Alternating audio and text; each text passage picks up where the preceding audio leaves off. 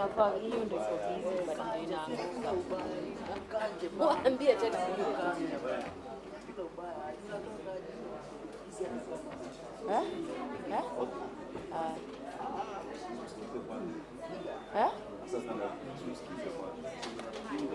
mimi sijui hata nani anasema but mimi at least nimepata audio.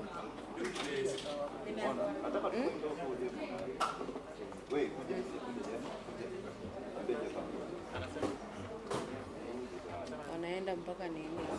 Wanatoka wanaenda uwanja. Hebu uliza Talo. Sijui wameambiana aje na wao. Muulize kama unataka switch to live. Tujue kama ni pale ama because now we are doing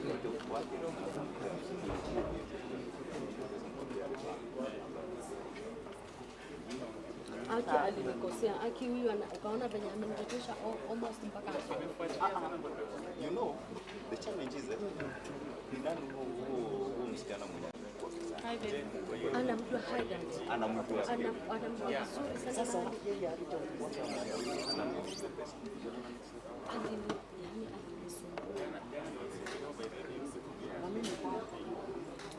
hadi nikamwambia M-Pesa pesa kama ndio hii pesa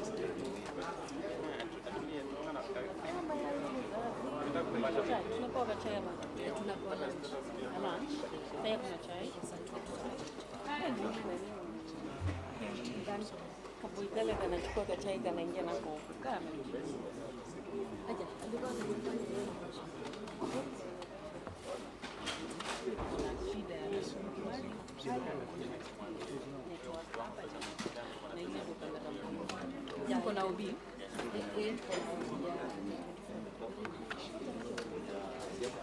sisi nayo tunafanyanga tunapo kuongelesha hiyo ndikuwa sasa anajua na like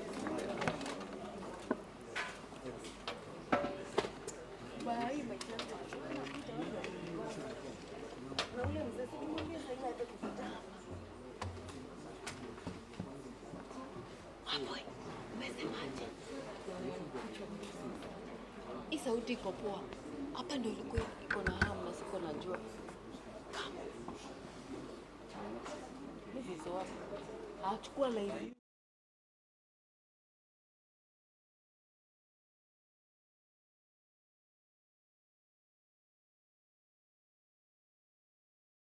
huyu Duale saa hizi wako karibu kurudi.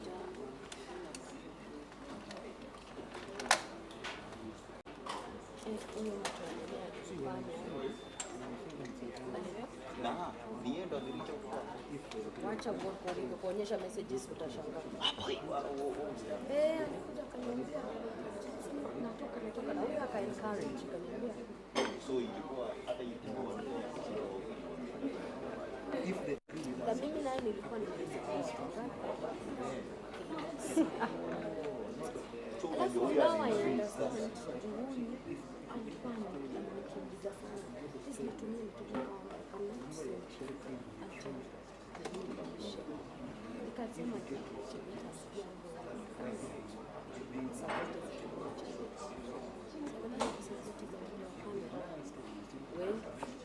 ile miracles nilisikia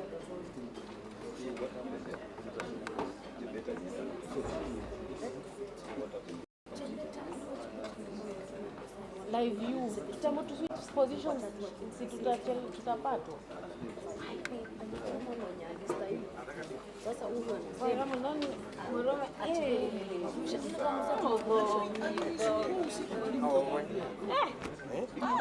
ilikuwa na ngozi na meremeta meremene you know meremene ndiko kwanza kusema ni kurusha kwa mtu mwingine analia hapa alikuwa yeye alikuja saa ngapi alikuwa hapa asubuhi lakini why tu corona unajua tutapata mmoja akipiga tu simu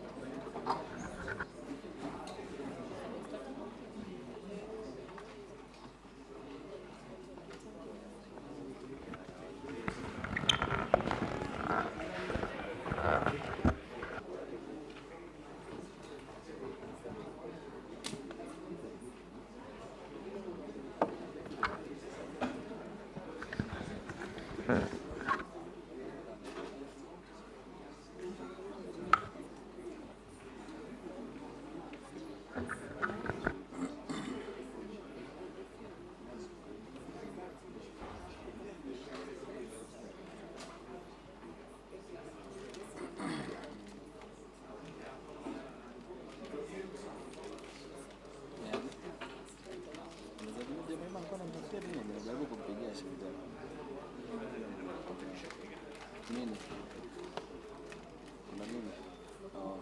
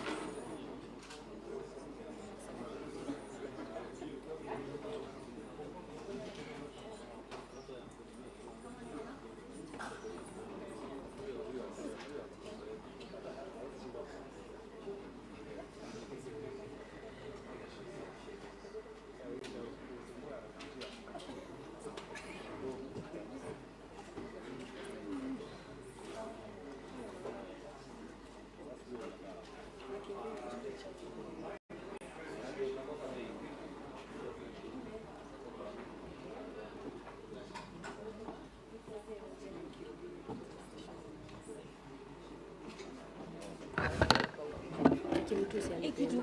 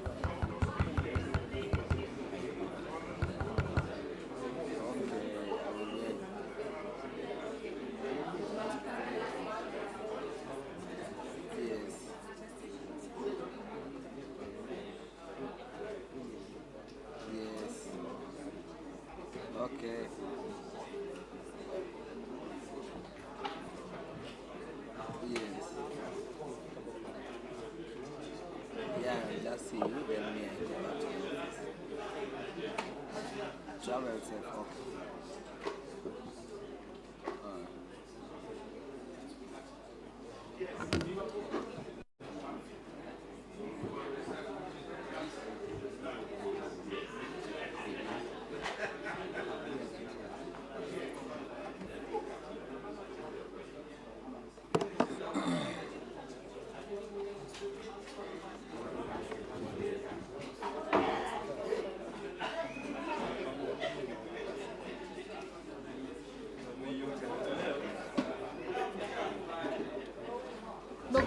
The meeting is called to order. Rahim, umekubali nini? Namuguka?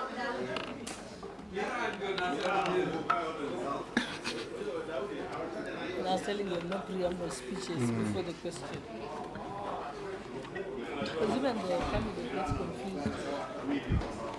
Honorable members,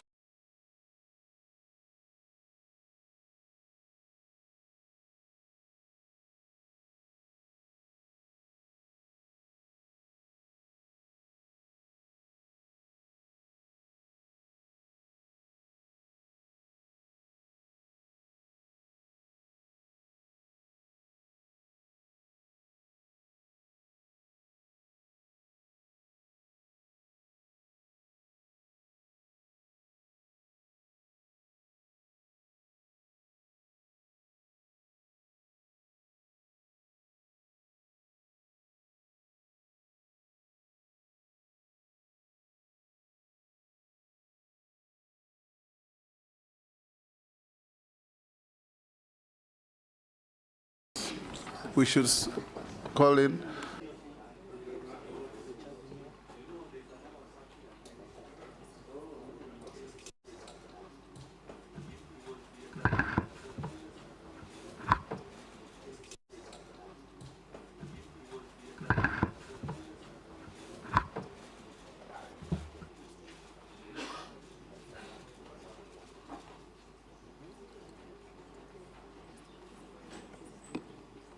Good morning. Mr. Speaker. You are Honorable Aden Duale, EGH. Yes, Mr. Speaker. Welcome to familiar ground. Absolutely. You have the privilege of being vetted twice within 2 years, and you're welcome to this parliamentary committee on appointments.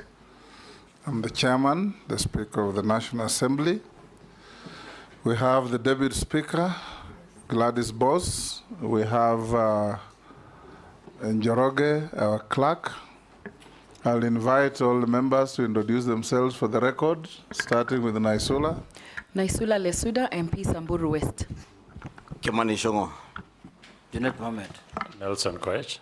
Kosing David. Gikaria David. Abdul Rahim Daud. Ferdinand Kevin Wanyonyi. George Gitonga Murugara. Owen Baya.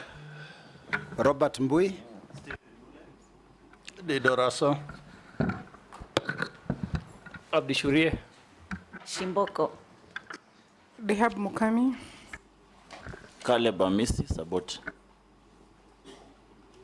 Thank you. Honorable Duale, you know you have appeared here before, so before we start, we'll take your evidence on oath. So you have a choice between the Quran, the Bible, or affirmation. You obviously is the Quran. I have only one choice. Take the Quran in your right hand, be upstanding.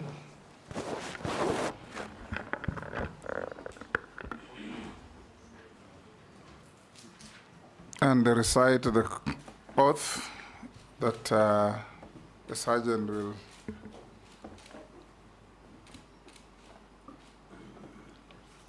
Bismillah.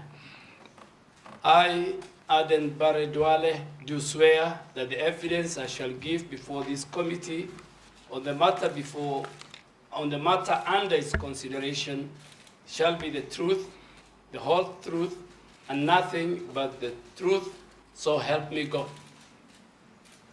Thank you. And take your seats and sign the oath.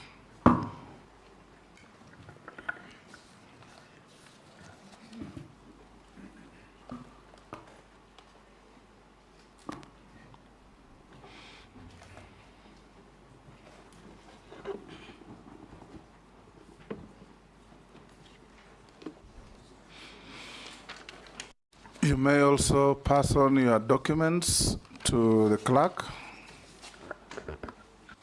for him to be able to cross-check with what is in our possession. So we'll start, Honorable Duale, by asking you introductory questions. Tell us your name, your education background, your work experience, your competences, that lead to your suitability for the appointment that you have had. Thank you, Mr. Speaker and honorable members of the Appointment Committee. Speaker, on the onset, I want to thank you and this committee and the entire House for giving me this opportunity to appear for vetting for the second time. I also want to thank His Excellency the President for according me a second opportunity in a different ministry to serve the people of Kenya. Mr. Speaker, I grew up in Garissa. I went to school there, Garissa High School, Boys Town Primary School, Moi Forces Academy. I did my first graduate degree in Moi University, Bachelor of Education Economics. And finally, I did my master's in business administration in 2011 at Jomo Kenyatta University of Science and Technology. I worked in the private sector. I was a businessman before I joined politics in 2007. I served the people of Duale between 2008 and 2013. During the Grand Coalition government, I was an assistant minister for livestock. I served with you, Mr. Speaker, in that government as the Minister for Foreign Affairs. And between 2013 and 2014, the people of Garissa Township gave me an opportunity to serve them again. And again to serve them between 2017 and 2022. And again, they gave me an opportunity to serve them between 2022 for about 2-3 months. So I served as a member of parliament for 4 consecutive terms, which the last one I did not complete because the president in his wisdom poached me from the legislature and to help him in the executive. I was the first majority leader under the 2010 Constitution. I served for 8 years. I led in making sure that the government business during that period sailed through. Over 150 bills were enacted, had my signature. And Mr. Speaker, I had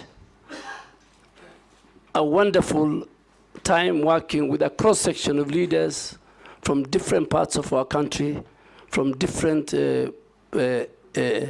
gender and age, and from different political formation. As the Minister for Defense for the last 2 years and 1 month, Mr. Speaker, my record speaks for it. Today, I can confirm without fear of contradiction that the housing project, since independence, over 4,000 housing units are under construction, launched them in Laikipia, in Nyanyuki, in Gilgil, in Mariakani, in Roysambu.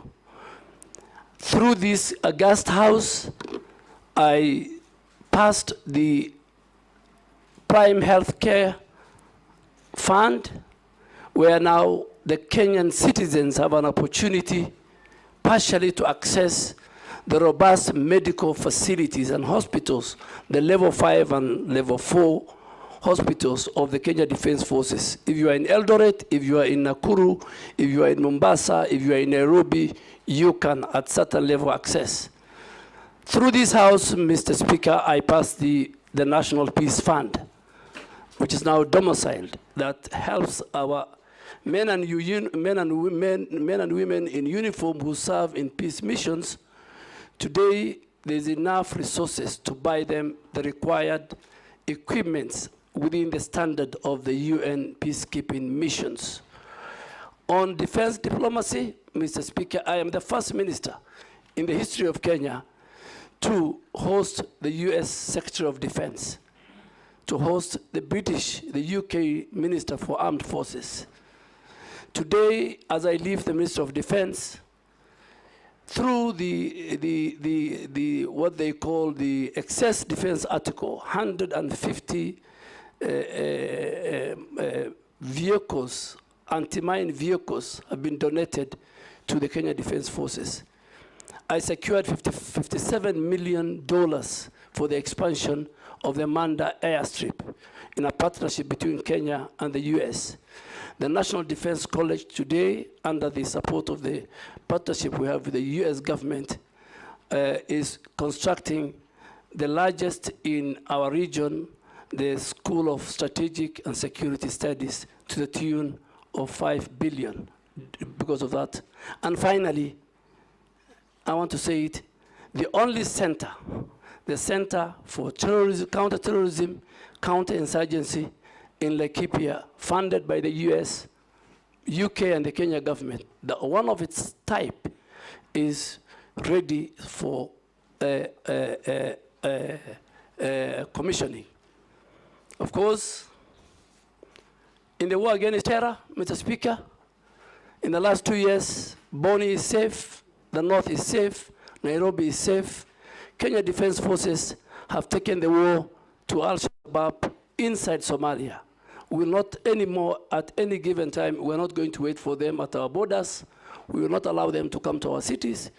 We have taken the war to them. So, Mr. Speaker, my qualifications, academic qualifications, my experience as a member of parliament and as a leader in this country, the stint I had as the Minister of Defense, my age, my role in the private sector and business gives me the required testimonial. But finally, to say, Mr. Speaker, I have never been indicted in any adversely in any report of parliament.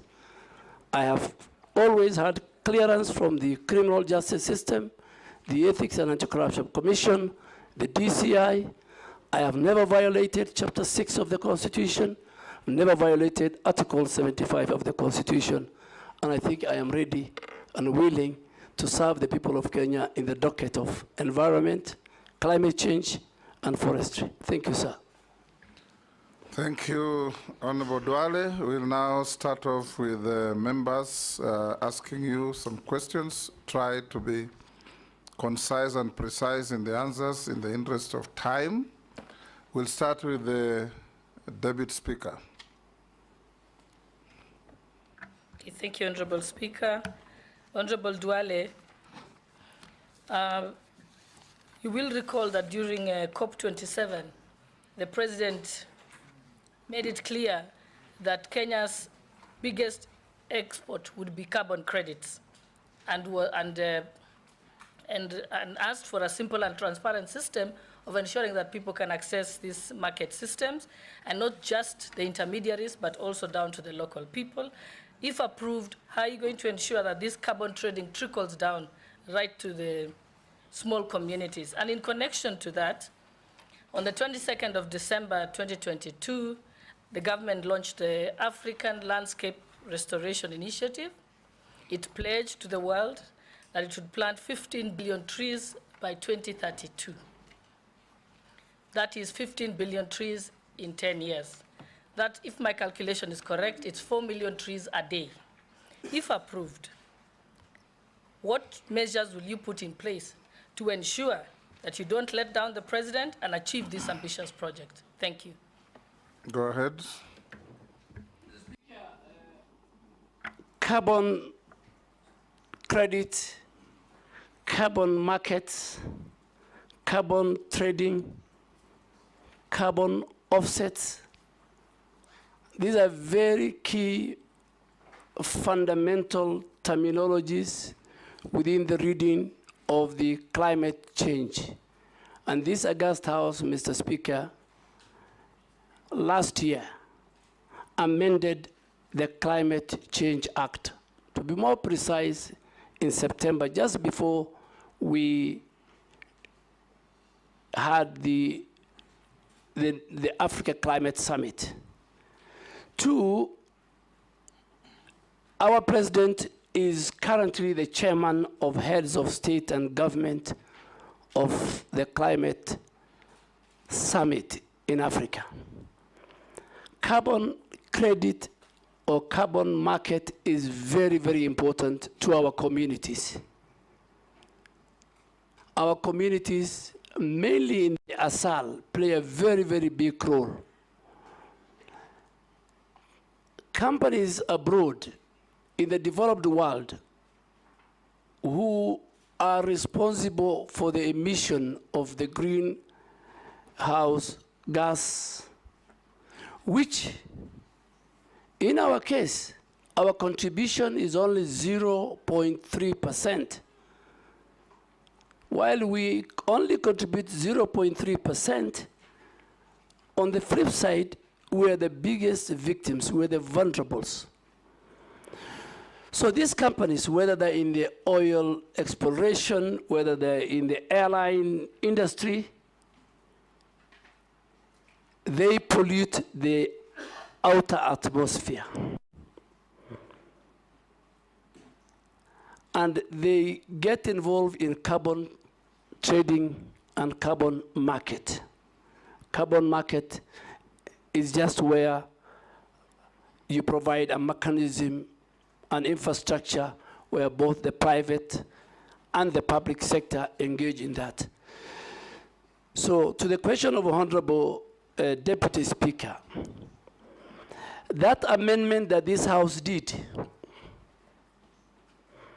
created a very robust legislation where the role of the community, particularly in land carbon projects. And I'll give an example in the northern Kenya, the so-called Northern Rangeland Trust. Before communities were evicted from those lands, before this law, there was cultural disruption by these project proponents. Before this law, because there was a lacuna, there was no even register for the carbon markets. Today, I want to report that the law this House has passed gives communities 40% of whatever carbon markets resources are received from the developed world. Today, NEMA as an organization is a custodian of the register. A company cannot just come into our country and go to our forested areas, can go to our rangelands and enter into an agreement with the project implementers.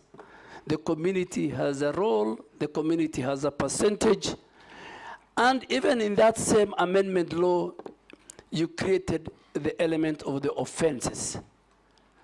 That today in our country, if you commit certain crimes, even money laundering in carbon credit business, falsification, not involving the communities, then you need to have to play. So I want to assure, if this committee approves me, that my mantra will be public participation, public consultation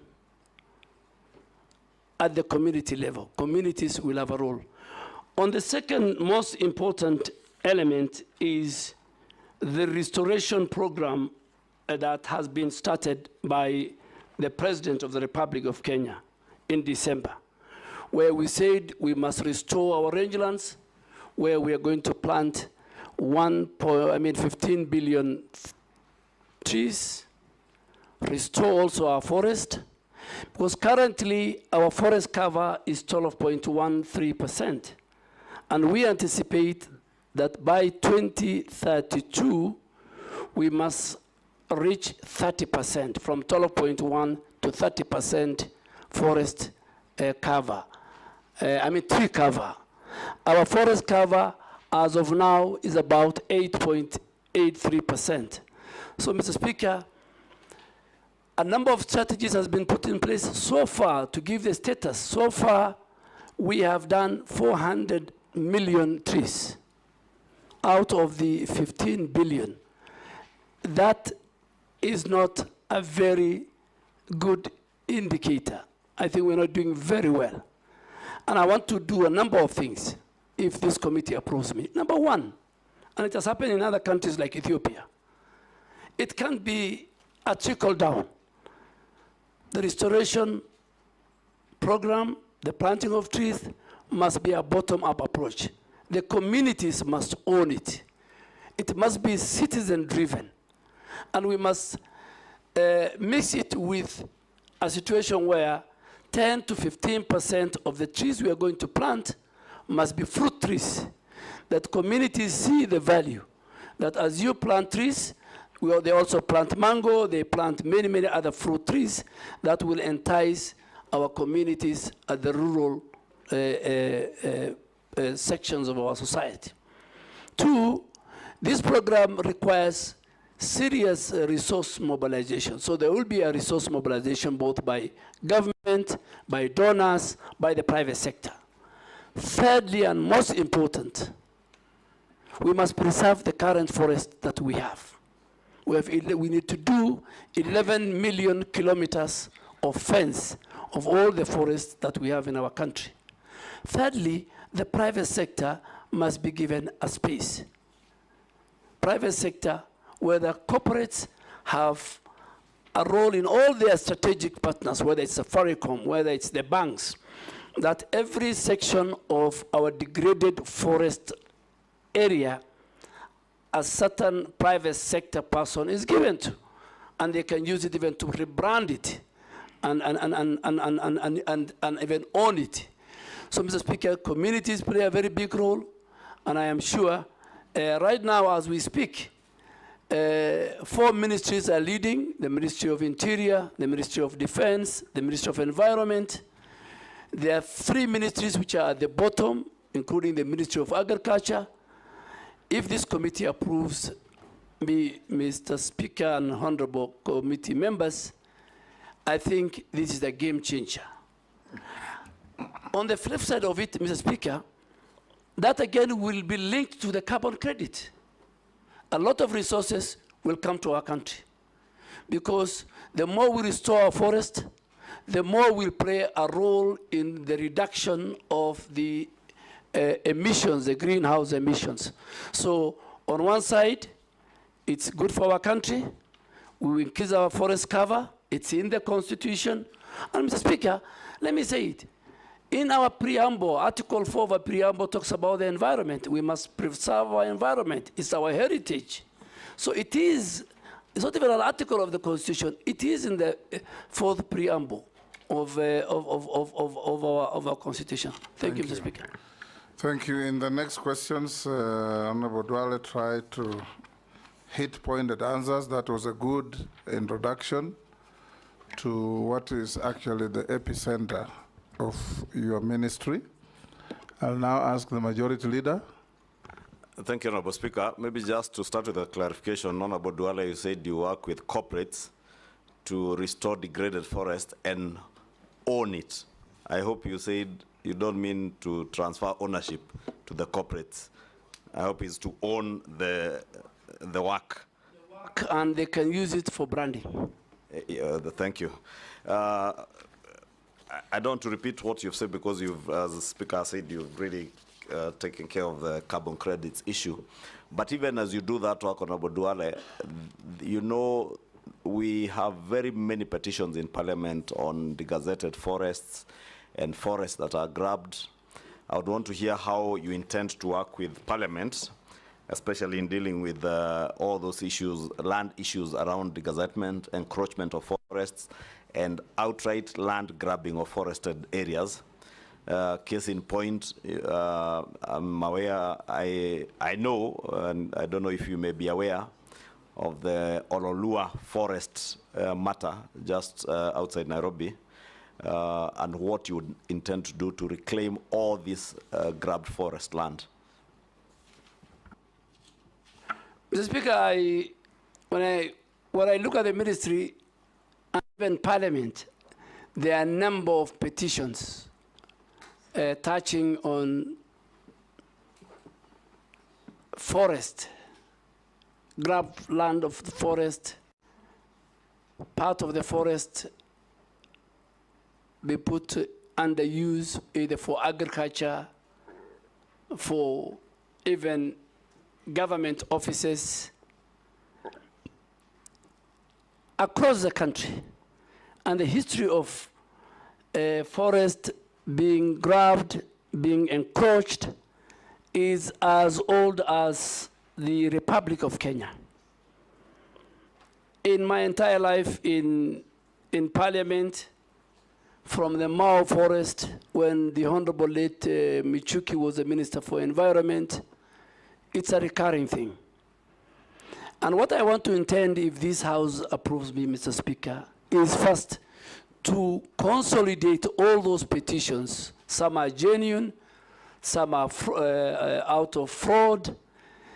Generally deliver a cabinet memo, and the cabinet, the highest decision-making organ of our country, can make a decision on this matter. All the petitions, the ones dealt with the Parliament, the ones which have not been dealt. Coming specifically to Ololua, Mr. Speaker, I want to categorically, without fear of contradiction, say that if this House approves me, in the first 30 days, working with the Minister for Lands and other government agencies, a number of titles, including and belonging to big people in government, some of them members of Parliament, will be revoked. I will revoke those, and I am ready to bear the consequences. Particularly for the one on Ololua. I have been briefed, I have listened to experts, and I have seen it's deliberate.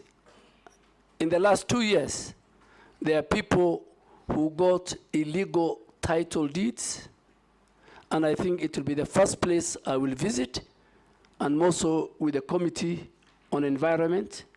And I hope the chair is a member of this committee, my chair. We will visit. And please, Mr. Speaker, some of your members might be casualties. No problem. If you do what is right, we will support you. Yes. Mr. Speaker, is that to say the CS nominee actually knows the grabbers of Ololua Forest? Because he has claimed they are senior government officers, including members of Parliament. I hope he's not referring to me since I asked the question. Mr. Speaker, I am the nominee for the Minister of Environment, Climate Change, and Forestry. So if this House approves me, forestry will be my business. Grabbers of forest land will be my business. Whoever they are, whatever their status is in society. Mr. Speaker, if I just to say it, and I think for record, let me say it. With the last 2 years when I was at the Minister of Defense, and I had the privilege to serve as a member of the National Security Council, and you served as a member of the Security Council when you're Minister of Foreign Affairs. If today I'm asked between Al-Shabaab and corruption, which is a threat to the national security of Kenya, without fear of contradiction, I say corruption is more of a threat to our security and our existence than Al-Shabaab, because Al-Shabaab, you can identify, you know their location, you know their capability, but corruption is the one that is killing our country. So, as I go to environment, from NEMA to Forestry, at least, if you are hearing me and you sit here or you are somewhere and you have allocated yourself illegally some forest land, be warned if this committee approves me. Junet? Thank you, Mr. Speaker. Mr. Speaker, I have two questions for the nominee. One is, first, it is one of which is on him, one of the nominees that have come here, Mr. Speaker, and he said, if you approve me, I am carrying an axe on with my hand. I'm going to deal with people. This is very good because many people fear to give you a position. But having said that, Mr. Speaker, what do you think? One issue. What does he think is one issue, environmental issue of high consequence that the country should focus on?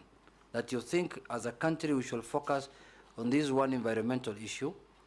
Secondly, the government pronounced and said that they want to plant 15 billion trees by 2032. Is that achievable in your view? What do you think? What will be the criteria of achieving that? And lastly, you see, Mr. Speaker, we are now in a public forum. The public is listening to us. And the nominee, whom I know very well, who was our majority leader for many years, whom we found in Parliament, is somebody who does not mince his words, somebody who speaks his mind. He said that there are people who have grabbed land, especially the Lua forest, and they are public people. There are some of them in high government offices and others even in Parliament. Could he share with us who those people could be so that we also know that maybe where we are sleeping is maybe not a forest? Maybe some of us are living inside a forest, Mr. Speaker, so we can start packing before he's approved. Mr. Speaker, Honorable Junet has asked me 3 questions. The first question was, what is this one thing that is serious and a threat to our environment? Mr. Speaker, as I said earlier, environment, the place of environment is in our preamble of the Constitution. Environment has been cited in Article 42 of the Constitution, that every Kenyan has a right to secure and clean environment.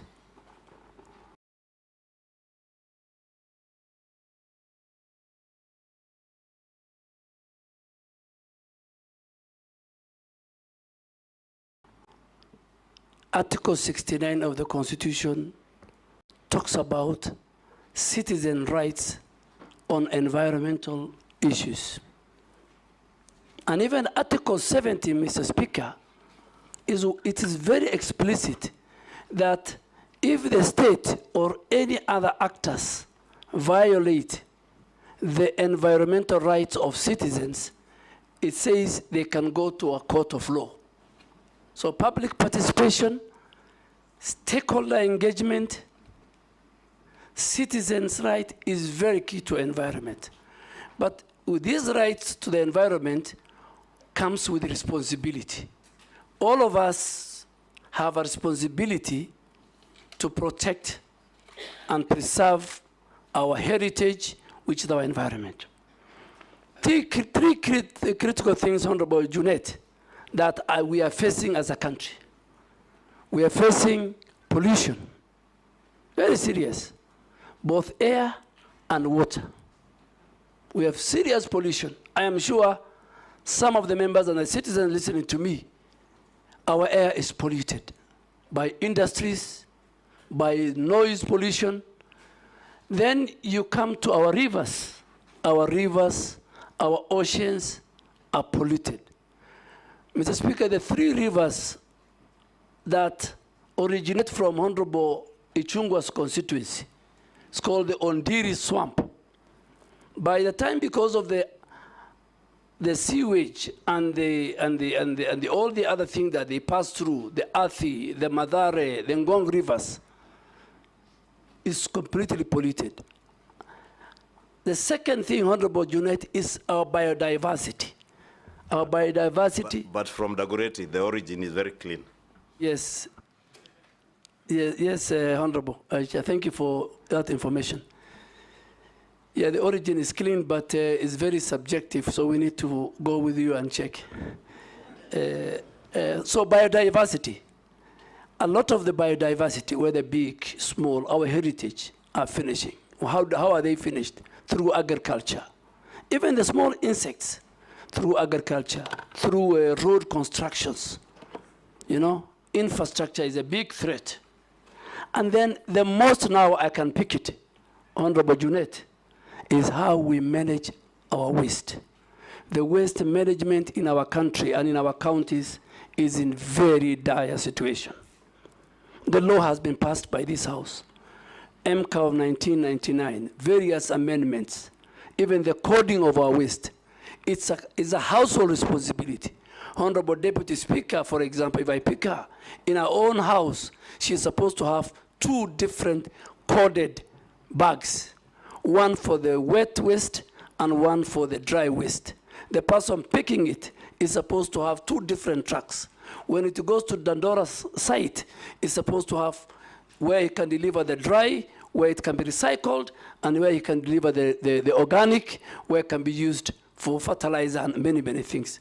So those 3 issues, and also the waste management, I think is something that I will maybe later explain we must deal with. The 15 billion tree planting, Ethiopia did 30 billion. Ethiopia is a country that we can be proud of, we can learn a lot. I am ready to go to Ethiopia. I'm ready to walk the talk, help the president, talk to citizens, use leaders who are here. Leaders, stakeholders are very, very important. These tree planting, members of parliament are very, very important. It's not about taking a chopper, planting few trees, you don't know who takes care about them. In fact, the problem is, it's not about, it's planting and then making sure the tree grow. So there is planting and growing. So members of parliament, all of us, the private sector, the public sector, the communities at home, will help us. Thank you. This time around, I'll start with Miss Caleb. I've been petitioned by Mishi and Mukami that I change tact in who speaks first. You guys will be the last this time. Mr. Speaker, they didn't consult me. Now you've gotten me off guard, but it's okay. Give it to Mukami then. No, I will, Speaker. And ask, in the interest of time, ask one question, get one answer. Yeah, thank you, Mr. Speaker. I'll ask one question because I was trying to prepare the second one. If I get a chance, later I will. There is a major conference happening in November in Azerbaijan and Baku. Do you know the conference, the name, the history, and how Kenya can tap into such global climate conferences in the fight for climate change? Thank you, Mr. Speaker. Mr. Speaker, the 29th conference of parties to the UN Framework Convention on Climate Change, UNFCCC, which is known as COP29, will be held in Baku, in Azerbaijan, between the 11th and 22nd of November this year, inshallah. And Mr. Speaker, on the 11th is the first day for the heads of state and government to have their meeting, and then the next, on the 13th, will be the World Leaders Conference on Climate Change. What are the top priorities that this conference will come up with? One, this conference is supposed to deal with the adaptation of what they call the new collective qualified goal for climate financing. Climate financing has just been a talk show from COP15 in Copenhagen to all the time COP28 in Dubai. So this time we're saying, people are saying we must adapt a proper financing model. The epicenter of climate change and climate adaptation and climate mitigation is around climate financing. So that will be a discussion. that in Copenhagen, which was, I think, COP15, people pledged 100 billion US dollars. Up to now, I think nothing has been given. But for Africa and for Kenya, Mr. Speaker, we are taking the carbon credit issue. This carbon credit issue must be concluded. And again, thirdly, the finalization of the operationalization of Article 6 of the Paris Agreement, which defines carbon market, is what I think Kenya, led by President Ruto, and all of us, and Africa, we will take it to the table that let us not have a talk show. The UN meetings must come with clear, achievable, clear, deliverable for fighting climate mitigation and climate adaptation.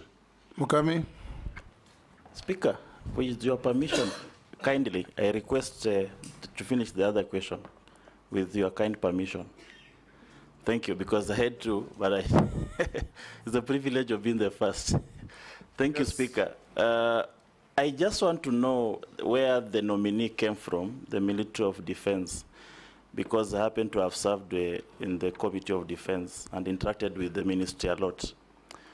There is something peculiar that happened that I've not seen, where the public officers use defense choppers, military choppers, and the military artillery to move around the country, putting the risk of the defense and of course the officers. In fact, in the public domain, it can be true or not true, which if not true, I will withdraw, is that the military has feared you.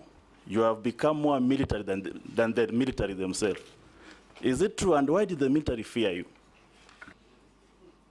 I don't think the military fear me, but you have put many things. I don't know, you talked about choppers, and then you brought the issue of fear. So are you saying I fear going by military choppers? No, I said I've never seen other public officers, other than the president, who is the commander-in-chief, used in military choppers to move around the country, and other members of the public office who are not in the military. And also, there is a word. You're talking of civilians? Because military officers are also public officers. Yeah, like like the deputy president, like the ministers. This is something that I've never seen for some time. So I wanted just him to clarify whether also deputy president is allowed to use military choppers, or was it misuse of power in your, because it's something that I've never seen with the previous ministers. Yeah, Mr. Speaker, let me say it because it gave me a lot of bad publicity. But when you serve in a public office, that's part of life. Within the reading and the instruction of the Commander-in-Chief, at the Ministry of Defense, the Commander-in-Chief is the President. The President and the First Lady are the people allowed to use military air assets with a rider. If the Commander-in-Chief allows the Speaker of the National Assembly to be airlifted from Nairobi to Bungoma, that is in order, but with the concurrence of the Commander-in-Chief. I don't know, I don't think the rank and the file and the leadership of the Defense Ministry fear me. Maybe my style. And I'll take the same style to Forest. I'll take the same style. I had the same style in Parliament. We have no evidence that they fear you. Mukami? Thank you, Chair. Given the recent concerns about the government directives on grazing within the forest foresters are really harassing the communities. What are the long-term plans for collaborating with communities living near the forests? The other one is about the floods. Recently, the country experienced floods that left many stranded on account of ineffective rescue operations. If approved, how best would you collaborate with the relevant agencies to ensure rapid rescue operations during such incidents? Thank you. Hold Duale Mishi. Let's take 2-2. Thank you, Honorable Chairman. Honorable Chairman, before I raise my questions, I just want to ask the nominee just to clear some areas for the benefit of the public, because when His Excellency the President pronounced the list of the nominee, he was given the defense docket. But when the list came to the Parliament, he was under the environment, climate and forestry docket. So Kenyans are asking, is it maybe the President was doubting his ability, leadership capacity, or what was the reason? I just want him maybe to clear the murmurs by the public. My questions. My first question, in accordance with the fourth schedule. Ask one, Mishi, so ask only another. Yeah, in accordance with the fourth schedule of the Constitution, environmental conservation is a function of both the national and the county government. How are you going to ensure collaboration between those two governments, that is the national and the county government, so that you also avoid duplication of programs in terms of the same function?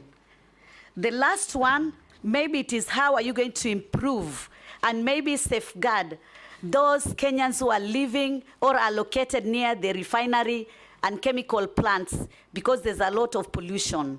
Thank you. Yes, nominee. Chair, let me start with the Honorable Mishi. Even after this, in the event this committee approves me, and before even I'm appointed, the President has a prerogative right to assign me even another ministry. So he might even take me from environment to somewhere else if this committee approves me. So Honorable Mishi, that is the powers of the President. After all of us are approved, in 1 week he can reshuffle, and maybe he might even take me back to defense, or foreign affairs, or even gender, or even youth affairs and sports. And I am ready, or education. I am ready to serve in any capacity that the President finds it, deems it right. The second one, I think, is a very good question. Environmental matters is devolved under the fourth schedule. And at the county level, we have a very good relationship. We have got the county environmental committees appointed by the governors. The chair, on behalf of the governor, is the CEC for environment. The secretary is our county director of NEMA. And that's how they work together with all the other multi-agency team. But soon, if this committee appoints me, we are trying to create now, and we hope if this committee appoints me, we are going to sign a more intergovernmental environmental framework between the Ministry of Environment, Climate Change and Forestry, and the Council of Governors, where I will sign, and the chair of the Council of Governors will sign. On grazing, Honorable Nyokapi, this is a very, very complex issue. Honorable Mukami. Mukami, my very good friend, the women rep of Nyeri County. Under the Forestry Act, we have created a very robust, because we cannot conserve, we cannot restore, we cannot manage our forest and our wetlands without the involvement of the communities and the citizens who live around those forests. So this house, in its wisdom in lawmaking, they created something called Community Forest Association. And these community forest associations are the ones who are supposed to guide at what part of the forest do people graze? How far do they graze? Do they graze where we have doing regeneration of the forest? So what are we doing to make sure that we don't have a conflict? And Mr. Speaker, in some of the forests, unfortunately, powerful people in government, in the private sector, who own thousands of livestock, grace in those forests. I'm sorry to say that. But if this House approves me and I become the minister, I want to do some key long-term plans. One, just to have to review the whole grazing management plans, how we can regulate the authorized grazing in our forest ecosystem, how we can fence off areas where we feel are very sensitive in the forest, that we don't allow our animals or our farmers to farm. And lastly, I think the forest community management regulation of 2016 has not been operationalized, and I'm going to operationalize with the approval of this House, because that will give them the rights. The Speaker, the second question of Honorable Mukami, I didn't get it. If you can repeat it. Oh, yeah, it was about the floods. Yes. Mr. Speaker, climate change today is the biggest threat to humanity. I mean, you can see what's happening in India and Ethiopia in the last 1 week. Thousands of people have died because of the mudslide. You have seen the wildfires in California. You have seen the hurricanes, what they're doing, kind of destruction. And coming back home, the last 2 years, we had a severe drought that killed many livestock, affected our farmers, affected food security, destroyed, and then next after the drought, we had the floods, which again affected livelihoods, destroyed our infrastructure, roads, and farms, and livestock was swept away. So, and that's why, because of the climate change and all this, one of the issues why we're having 15 billion trees is to recover our forest ecosystem, restoration, regeneration, bring back our biodiversity. So, Mr. Speaker, I think I have tried to answer the questions of... Honorable Chairman, point of order. Yes. Part of my question was not answered. Chairman, I was asking this question: how do we improve the health of communities which are living near a polluted site? I'm asking this because in my constituency, there is a plant built by Titanium Base who are doing some mining in Kwale, and there's no mitigation which has been done, and it's a residential area. That is why I was asking that question specifically. Yeah. Thank you, Mr. Speaker. I forgot to answer that question. Let me answer it. It's not only in Likoni. Mr. Speaker, we have a serious problem between how county governments enforce their physical planning and zoning of areas and the role of environmental institutions in making sure that zoning is respected. Mr. Speaker, even here in Nairobi, you'll find county governments with no regard to the law, to the Physical Planning Act, allowing industry and factories to be established in residential areas and bars and bring noise pollution. The same, you cannot have a refinery next to a residential area. The laws, the environmental laws, the Physical Planning Act, the Land Use Act, all those don't allow it. So, Mheshimiwa Mishi, this is because of corruption. And Mr. Speaker, that's why you see even skyscrapers are appearing next to each other, buildings which has no ventilation, they have no air, there's no sand, particularly in this cold weather of July. Your children will live in an apartment, they will never see the sun, they'll never get the fresh air. So all this, Mr. Speaker, if I am confirmed, I want to assure this House, and governors must listen to me, and we are going to do an audit. NEMA is going to do an audit of all factories and industries which are established in residential areas, and we will revoke their licenses. There must be order. There must be respect for environment as we build our country. Sharia, you'll pass. Razo. Thank you very much, Honorable Chairman. Honorable Duale, you are the immediate former Cabinet Secretary for Defense. And defense in our country is a celebrated institution. As you move to environment, if the House confirms your nomination, what are some of the good things that you have seen in defense that you are likely to carry over? Secondly, is the issue of environment.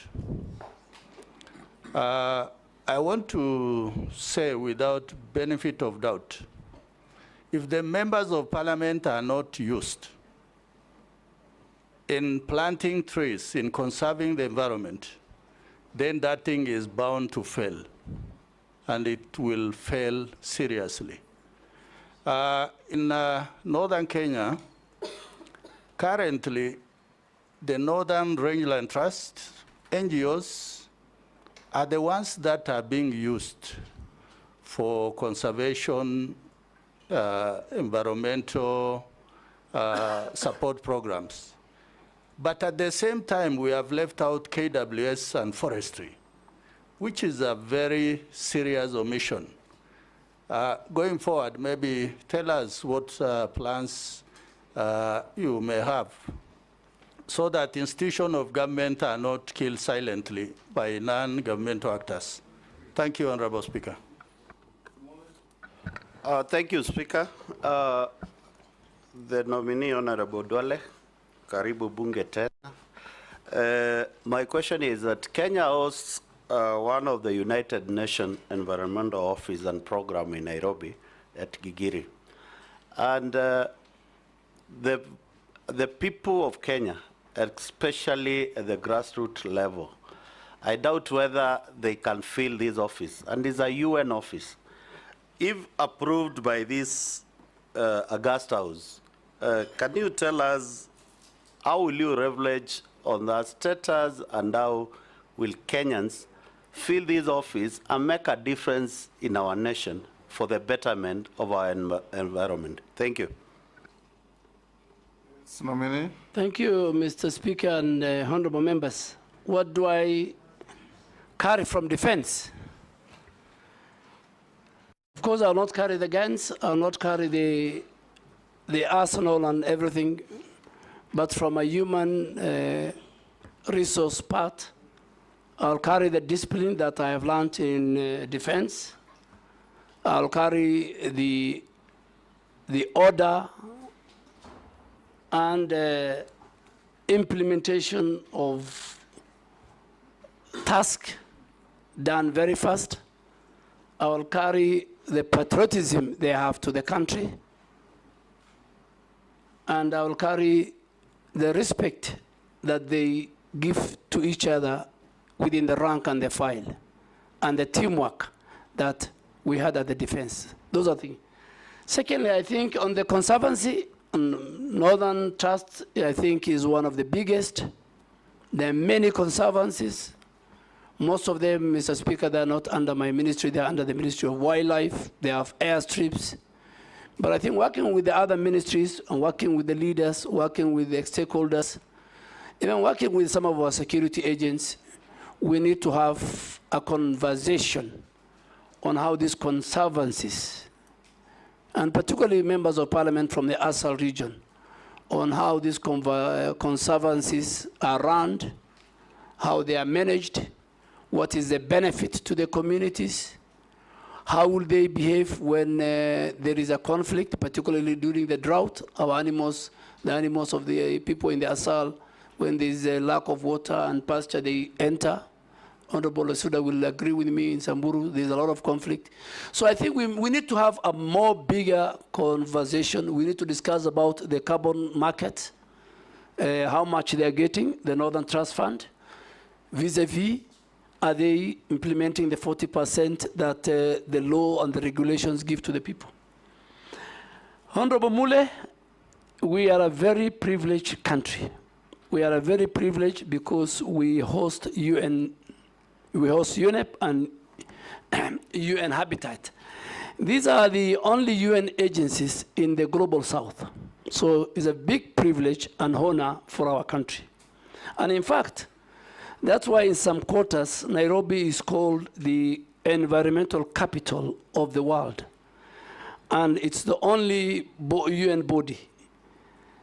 And this is where you have the expertise, the knowledge, the pool of experts, the top world experts on environment are based in Nairobi.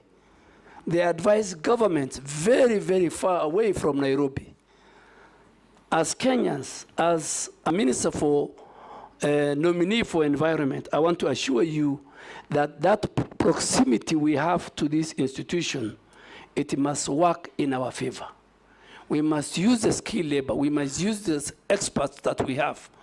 We must use the data they have to build our own environmental data.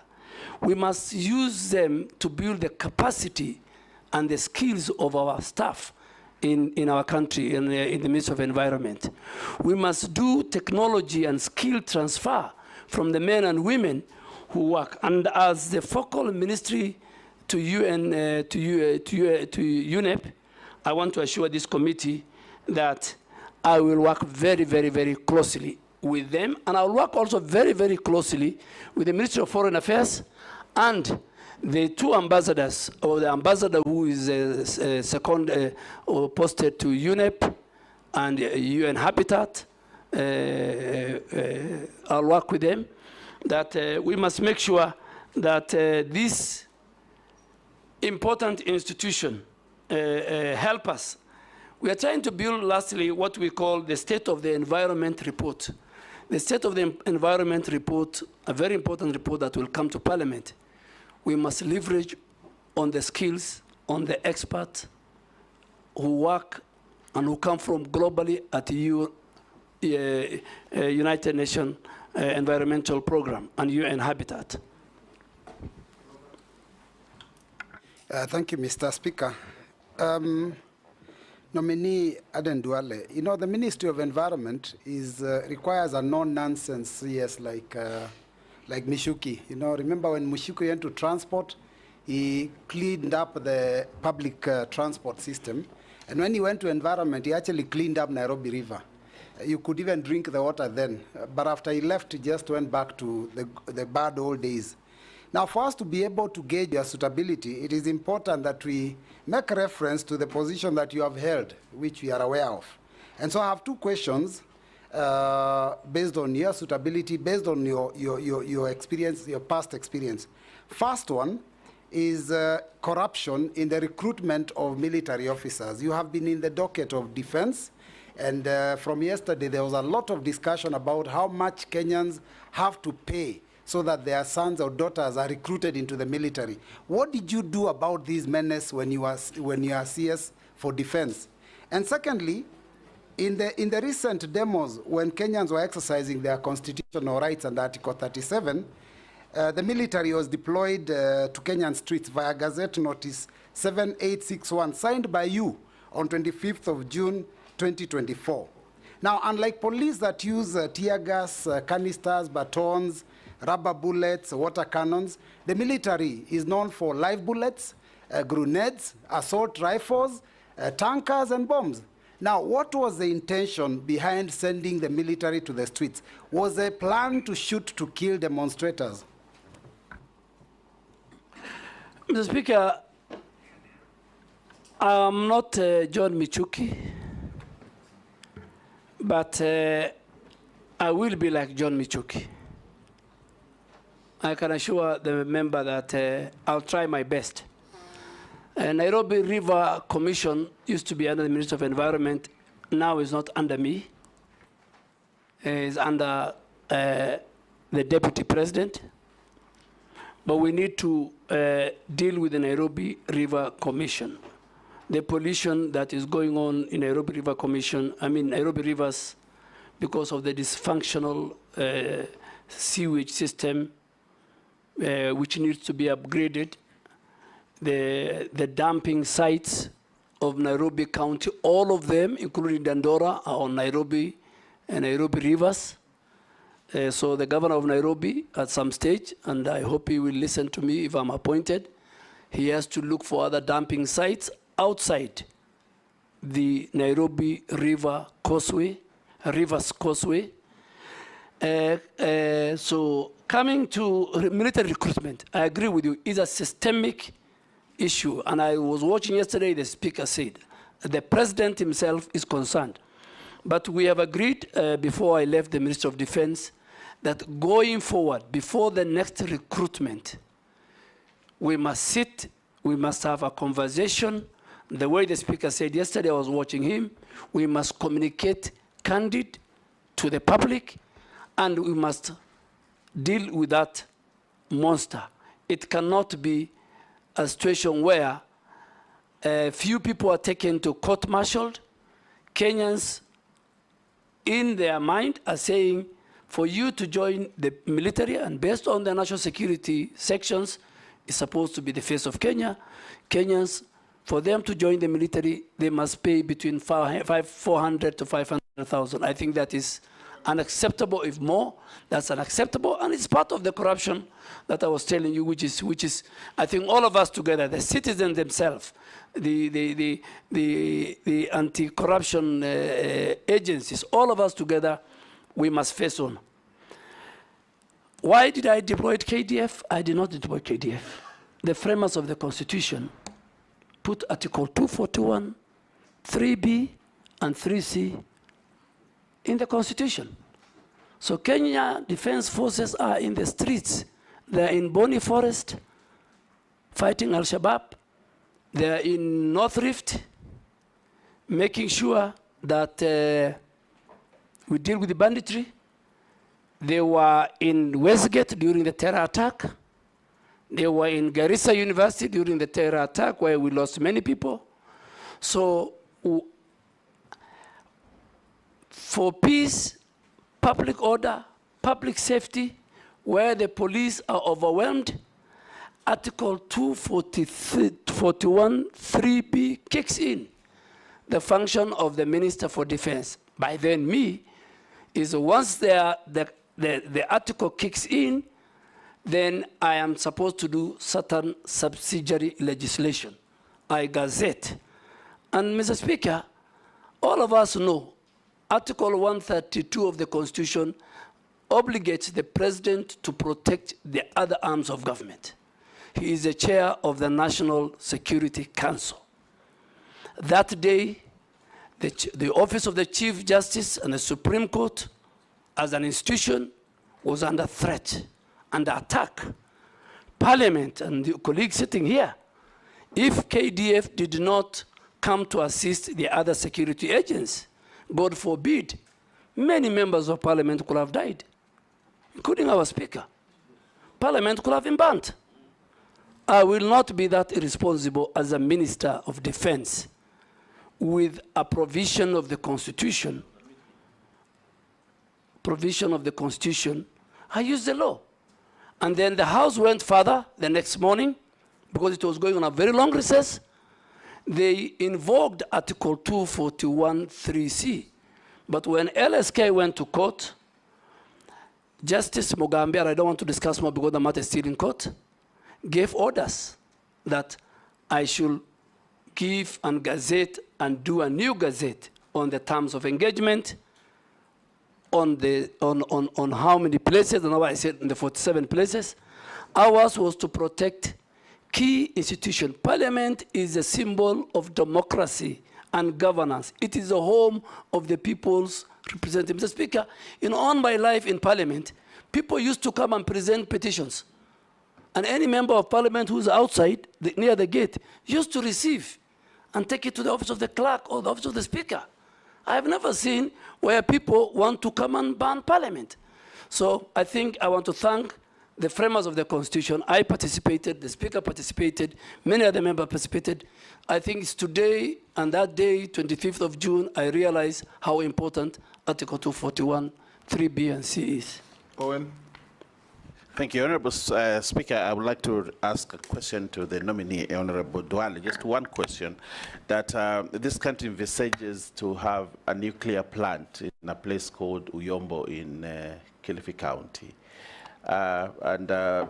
Without due regard to the environmental issues in question, like the delicate ecosystem, the people, and the environment, Honorable Duale, going forward, if you are given this opportunity, how do you intend to treat this threat to the people of Uyombo in terms of nuclear plant in their radioactivity materials and nuclear waste and the hazards that come with nuclear installations? Just that my question. Thank you. Thank you, Honorable Owen Bayer. I think it's the same thing I was saying. How did the county government of Kilifi give land? So I want to assure you and this House and the people of Kilifi, if I am confirmed, it will be the first thing I'm going to do, go to that site, make sure all the environmental impact assessments are done, the people have participated, their views collected. And the Speaker, environment is very key. I said Article 70 of the Constitution says, if a citizen feels that his rights have been curtailed in an environmental matter, it says go to the court. Public participation is very important. I will be the first person. I won't wait for you to send, if I'm approved, to summon me to Parliament on Wednesday morning. I'll do, it will be on my table. I'll deal with it. Murugara. Thank you, Mr. Speaker. Honorable Duale, there is a very bad scenario that is faced countrywide, especially as regards our riverine areas and the rivers themselves emanating from Mount Kenya, Abadeas, whereby almost half the year now, they are drying up. We are told the reasons is environmental degradation, but also climate change is blamed. As human beings, we cannot sit pretty. We must have policies in place to ensure that these rivers do not disappear forever. What policies are you likely to put in place to ensure that we recover these rivers, which are actually the bottom line of our livelihoods? Thank you, Honorable Murugara. Ferdinand. Let's take two. Thank you so much, Mr. Duale. If you are actually confirmed by this committee, first of all, I want to thank you, and I'll tell you that I think that I've witnessed extensive planting efforts by the ministry in which you have been assigned. Now, to ensure that we retain that, I just want to ask you if it's possible. Instead of actually interfering with the planting, what have you, in agriculture areas, is it possible, are you able to agree with me that you can now plant trees along the roads? I say this because I went to Denmark and I was surprised. The roads are all covered because we're about 6 meters from the center. And that is an area that I think we can plant trees in all these areas. Secondly, and lastly, I come from slopes of Mount Elgon. I can tell you, when I was growing up, that area, forest was very thick. And it was actually an attraction of the rains. Today, it's being cleared. So what are you going to do if you get this opportunity as a Minister for Environment?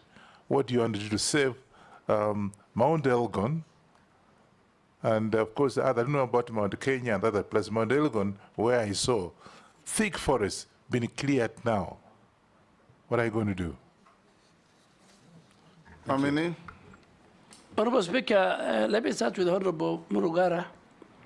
Yes, even at the downstream of where I come from, Garissa, Tana River, you'll find the water level of Tana River, getting it from Abadeas, Mount Kenya, and all that, is reducing. And I agree with you. It's all about environmental degradation. And that's why these 15 billion trees will help us to restore, to regenerate our forests. Forests play a very key role in making sure that our rivers have enough water, they are safe, they're sound. But there's another element where people have put big farms, flower farms, upstream, and use the water. So the water, in fact, is reduced because of human activity, the agriculture. And I think that should be another conversation that we will need to have. Honorable Wanyonyi, yes, roads is part of the, in these 15 billion trees. We have talked to the Ministry of Transport and the Ministry of Roads that going forward, construction of roads, mainly even in the highways, the contractor is obligated to plant trees and nurture them until they grow as part of the contract. You have seen and you have gone in many of the Western world during mainly summer. You think you are driving in a highway, but both sides of the road is forested. This can be done, and we have agreed with the president and other stakeholders, even before I came to environment, that should be one. And the contractors, it becomes part of their contract. Even now, we can still tell the contractors who are maintaining the roads, now we have a maintenance aspect, so that they can do it. Mount Elgon is part of why we should increase from 12.3% to 30% by 20. In all our wetlands, we have 11,000 wetlands.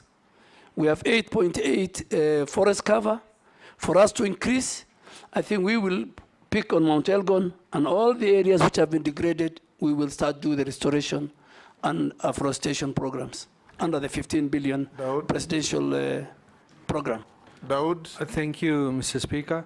I want Honorable Duale to, he has talked about recycling, but we have a problem with recycling that the refuse collection, which is done poorly, and then it is gone and put into our forests and wetlands.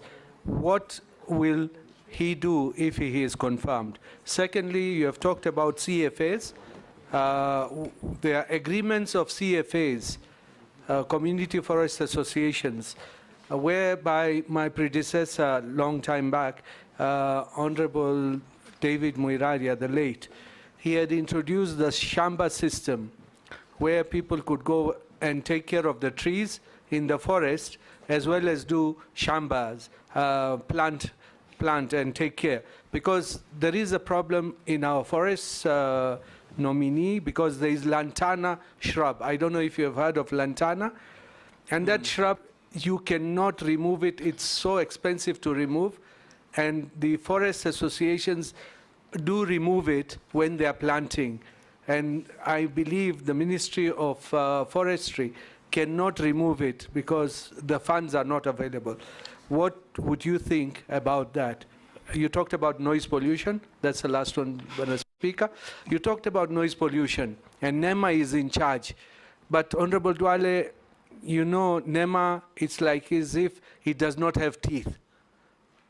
Because there is noise pollution from bars, from nightclubs, from religious institutions as well. And it's a menace. So how will you handle it if NEMA do not handle it? Thank you. Mary Massey. Thank you, Honorable Chairman. My concern is still on waste. You know, waste is a nuisance. I'm wondering what mechanisms or interventions you intend to employ to address the menace of waste, so that we convert it from being a nuisance to a resource. Recycle, reuse, produce, regenerate energy, name it, because it is a real issue. Outline for us those interventions that you will employ. Secondly, I want to pick it from the question that was asked by Honorable Mbui on corruption. You've said yourself, corruption is killing our country.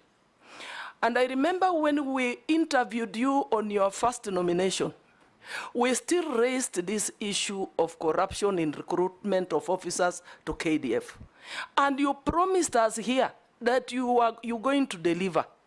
But Honorable Duale, I put it to you that you disappointed the country. During that time, the amount that was being paid was between 300 to 400. But during your time, you presided over an increase from now for 300 to 400 to 700 to 1 million. And as representatives of the people, our constituents report this to us. At some point, even efforts to reach you were not fruitful. You could not pick our calls. So now, my question is, why should we trust you? Why should we believe you? Why should we believe that you are not going to transfer this corruption to the Ministry of Environment? Because even there's recruitment of forest to others. You need to assure Kenyans that you will do something when you get to the Ministry of Environment. Lastly, Honorable Chairman. You've asked two. On deforestation. Okay. There's a lot of felling of trees, even in public forests. We are saying, let us plant trees. Let us plant. But what are we doing about deforestation? Can I ask the last one that have been requested by the public? Go ahead. A member of the public has asked me to ask Honorable Duale, what is your connection with the Juja International Abattoir in Mrima in Juja? It has environmental wastage. I don't know what that means. Probably you can give your thoughts on that. Thank you.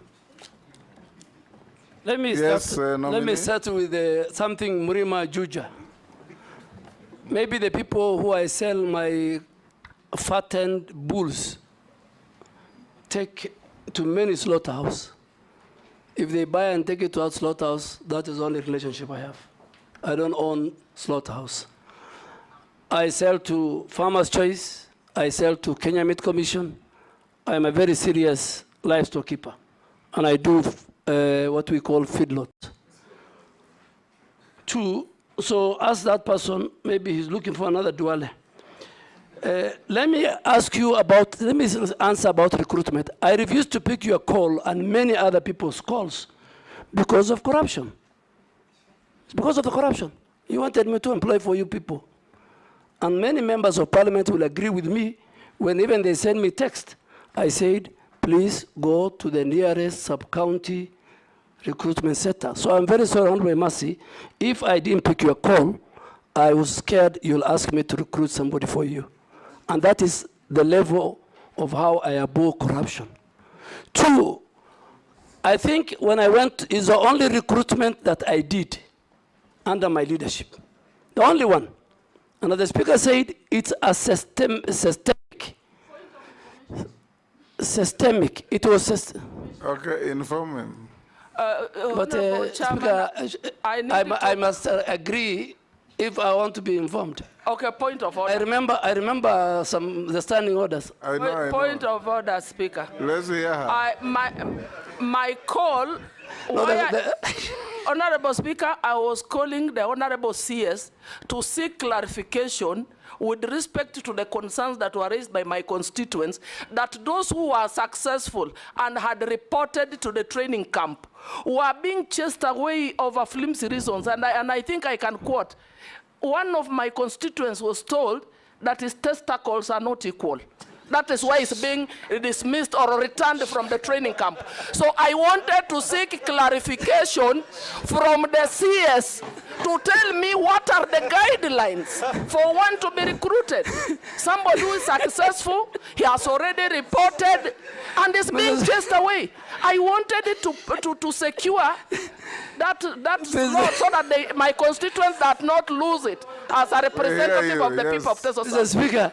Oh, yes, what's your point of order? Honestly, okay, Mary. it was very sad indeed. And my constituent lost that slot because I could not get the CS to clarify. We hear you.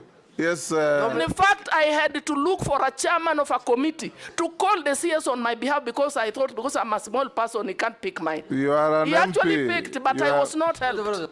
I was not helped. I am speaking on behalf of the people of Teso South. Good.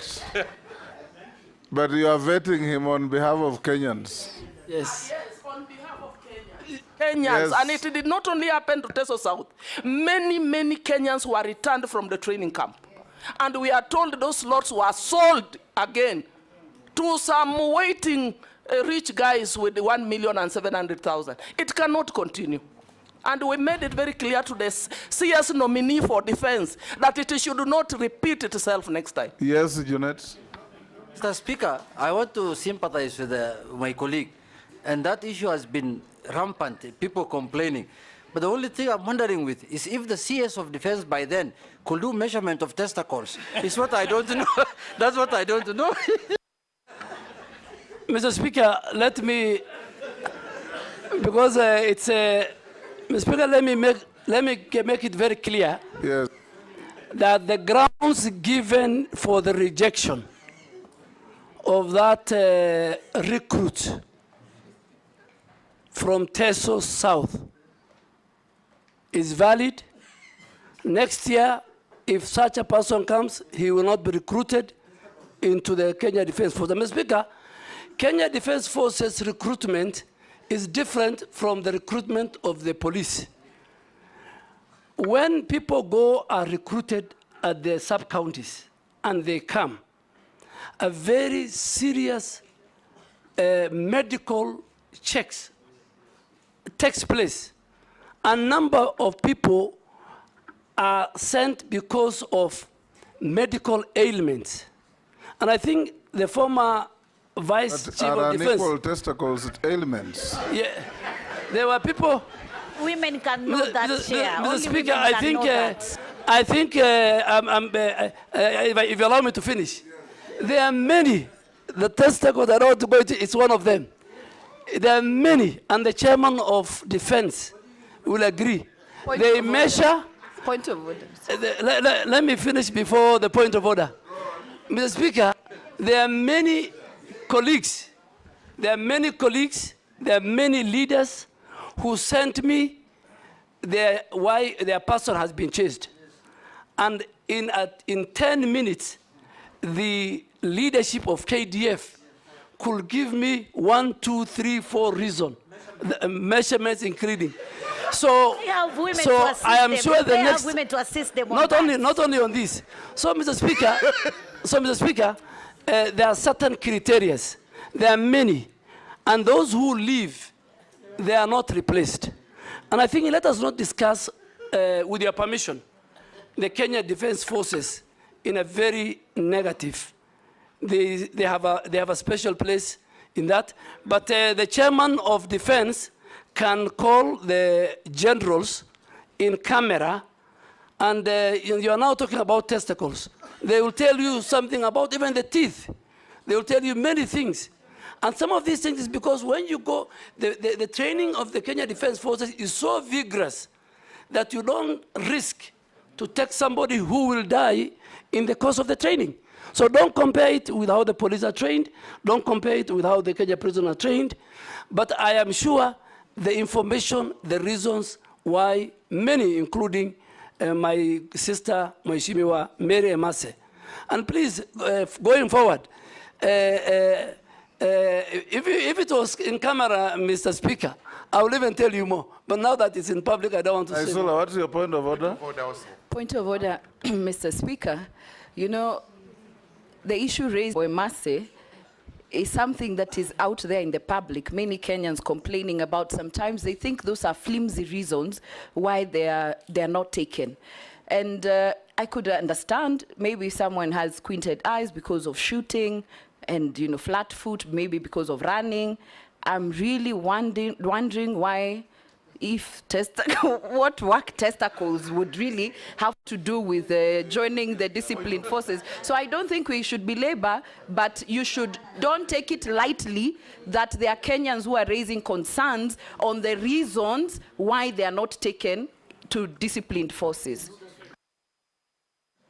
Point of order. Yes, thank you Mulugara. very much, Mr. Speaker, sir. With tremendous respect to Honorable Duale. And let the Army hear this. It's very important. We know the historical background of the set pieces that were given in Army recruitment, including teeth. It is there to bite bullets at a certain point in time in history.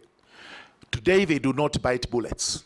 That's why you hear that saying, you will have to bite the bullet, because the Indians were refusing to do it. So you had to have teeth so that you could bite the bullet. We required tall people so that they would see enemies from a distance. Today, you don't have to do that. Because if that was the case, the Chinese and the Japanese would have a challenge. Eventually, such things became disqualified. I think the whole code needs to be revised so that we do not have human rights abuses. But they are not even abuses. They are excuses that the army is using so that it is able to bar some Kenyans from joining the forces, and, as we are saying, so that other people can actually get the slots. So surely the army must open up on this. Point. Thank you. Let's not escalate this. Okay. For avoidance of doubt, Honorable Duale, I also have a child who was sent away for exactly the same reasons as Mary Masses. Your Excellency, I think just to give the way forward. Not my child, Because, but not my son, but a child in my neighborhood. Your Excellency, Yes. Speaker, you have, because of And you remember I told you about it. Yes, I think the leaders are raising very good valid. Yes, Dawood, what is it? You know, we have talked about men only, but even women are discriminated against. When they do a test, pregnancy test, they do not have anything. But once they go there, I don't know where it comes from, they have a pregnancy. And it's not true.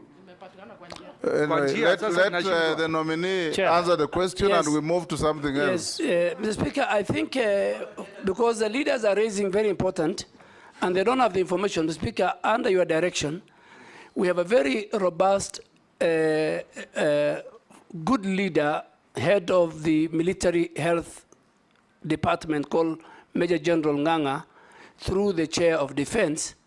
I think you can call him to Akamkunji, and he lists the conditions which disqualifies. I think because what these are raising is public knowledge. Even I think they should even go to the media, and they should sensitize the public. And I think is something we have discussed. Focus on your environment. So I'm no longer there, so yes. Yes, next minister will deal with it if approved. Yes. Speaker, Honorable Dawood talked about waste management. Waste management is a serious issue in our country. Mr. Speaker, why do I say so? The law is there, the regulations are there, county governments are not enforcing. NEMA, waste management in the first place, Mr. Speaker, is a devolved function. All that as we do is to support in terms of regulatory powers. But waste management will be something, if I'm approved, that I will take it seriously. From our homes, to the trucks that carry, to the dam sites, the Dandora dam site, the one in Kachok, I think called in Kisumu, the whole environment is polluted, the air is polluted, the water is polluted. The law says you must color the bags, you must differentiate from the homes. Our homes have a responsibility. There must be designated bins in all our public places. So, Speaker, one of the things that I want to introduce, if you approve me, is that even public transport must have a bin in the buses. You know, public places like even the parliament must have those two different in the malls. There must be different bins, the one for the organic wet, the one for the dry. But public waste management, which is a devolved function, Mr. Speaker, is an area that I think we need to deal with. A nightmare. A nightmare. Number two, I think the Shamba system, the community forest associations are working very well. Some are abusing the law. We have now put in place what we call the community forest association management plan, where they will help us which part of the forest with a proper plan they can graze, and which part of the forest they will help us and protect, and we will use. But are you aware that your predecessor announced that there will be a shamba system, and shortly thereafter, she said it will not? That, I think, I don't want to indict my Do you recall that? Yes, I recall. Yes. But shamba system or grazing or farming in forest by communities around under the Community Forest Association, which is in law, is about management, is about coexistence. We cannot regenerate, we cannot reforest, we cannot protect our forest if we leave the communities. Kenya Forest Service, Karura Forest, the way you see it, the way it's managed, is run by Community Forest Association, and they're doing a very good work. Noise pollution. Do you consider allowing that kind of engagement in plantation forests and not natural forests? Yes, yes, because we have got 150,000 hectares of plantation forest, which now we have put proper transparency.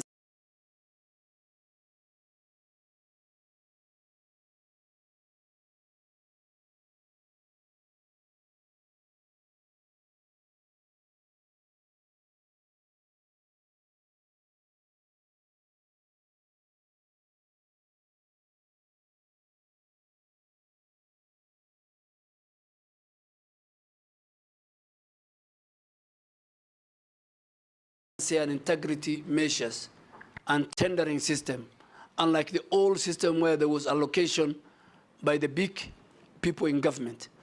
I think I totally agree with you. Community Forest Association, community living around must be given an opportunity, particularly where even a plantation has been removed, for them, as we plant, for them to plant and for them to farm. In fact, farming can be well done under the plantation, Mr. Speaker. Coming to noise pollution, Mr. Speaker, is another serious thing. But again, it's a devolved function. It's a county function. They have no capacity. All they do is they give license to bus, they give license to clubs, and they don't choose which neighborhood. There are people who have got sick people in their homes. There are people who have children who are doing homework. There are people who want to sleep early. But today, you'll find bars and clubs in the residential area. Mr. Speaker, we will not leave that to county governments. We will enforce it. NEMA will enforce it. We will not allow noise pollution to take place in residential areas. The whole zoning, the whole land use system, even the land use system that the county government, has violated, must be brought back. So noise pollution is key, and we are going to deal with it, but it's a devolved function. I think, Honorable Mayor, I must say I have discussed waste management I have done. Reforestation, we are doing very well with the management I have done. Reforestation, we are doing very well with the 15 billion tree planting program that we have. Gikaria? Of the Environment and Forestry Committee, the departmental committee, just for purposes of future reference on what the nominee is saying. But, Honorable Chair, I have two issues. One is about the 15 billion trees, a very ambitious program, but the scientists and a few of the experts are also arguing in terms of forest fires. Assuming you can have the 15 billion trees, and only half of that, God forbid, catches fire. So what are the plans that the nominee will take into consideration when he will be, if nominated? What plans do you have to address forest fires? Secondly, and I don't want to belabor on the pollution that has been spoken about, Honorable Chair, most of our schools and other institutions from the colonial times have been using asbestos for purposes of roofing. And asbestos over the time have been a cause of cancer and environmental pollution. Maybe what plans are there for the nominee to address the use of asbestos that are in our schools, health institutions, and so many other places? Thank you, Honourable Chair. Thanks, Speaker. Mine to begin with is, Speaker, I was looking at the resume or the CV of the nominee, and the CV has given a lot of hope to many Kenyans, professionals, that it's not only that you must come from Nairobi University that you can be nominated as a minister. Which one is Nairobi University? Almost every nominee, it's Honourable called Speaker. The University of Nairobi, it's not Nairobi University. Honourable Speaker, I thank you and I respect. I'll go your direction, but I will call it Nairobi University or University of Nairobi.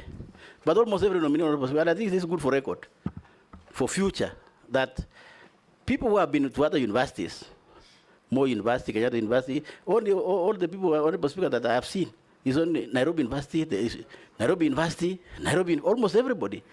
Until when I was saying... Kindiki came from Moi University. It's only one. It's actually a rare species. With this one, there are only two. Everybody else, Honourable Speaker, and I think it's good for record. These graduates from other universities are qualified to become also nominees of ministers and even ahead of it should not be Nairobi. What about Kenyatta University? What about Moi University? And so on and so forth. I thank you, Honourable Speaker, and I will use the questions asked by other members to judge the suitability of the candidate. I thank you, Speaker.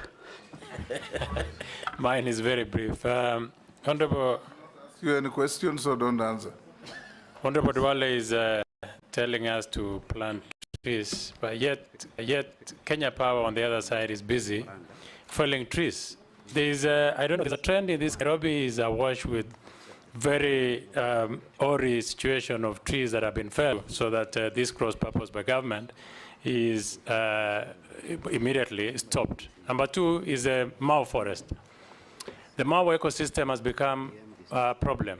Successive governments have not been able to deal with the situation. There's a lot of the human activity to deal with the situation. There's a lot of the human activity, and it is because of settlement of people living around Mau forest. What will you do to make sure that the people who've been moved out of Mau forest are resettled? Mau forest. What will you do to make sure that the people who've been moved out of Mau forest are resettled? Yes, go ahead, nominee. Thank you, Mr. Speaker. Let me start with the asbestos. Mr. Speaker, asbestos is a serious matter.